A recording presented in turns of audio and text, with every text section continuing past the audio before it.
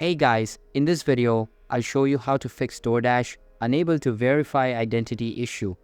Alright, let's begin. First, we want to close out of the DoorDash application and we're going to open up our web browser. After that, Google search for DoorDash support. Now this is going to show you all of the different customer support options. So we have customer support, Dasher support, and merchant support.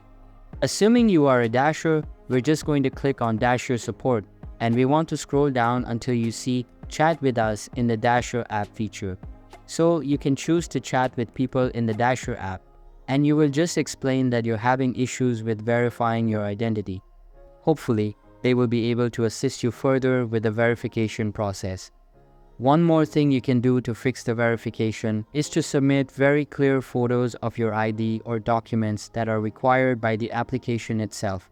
So that's basically how you can fix DoorDash unable to verify identity issue. And that's it for this video.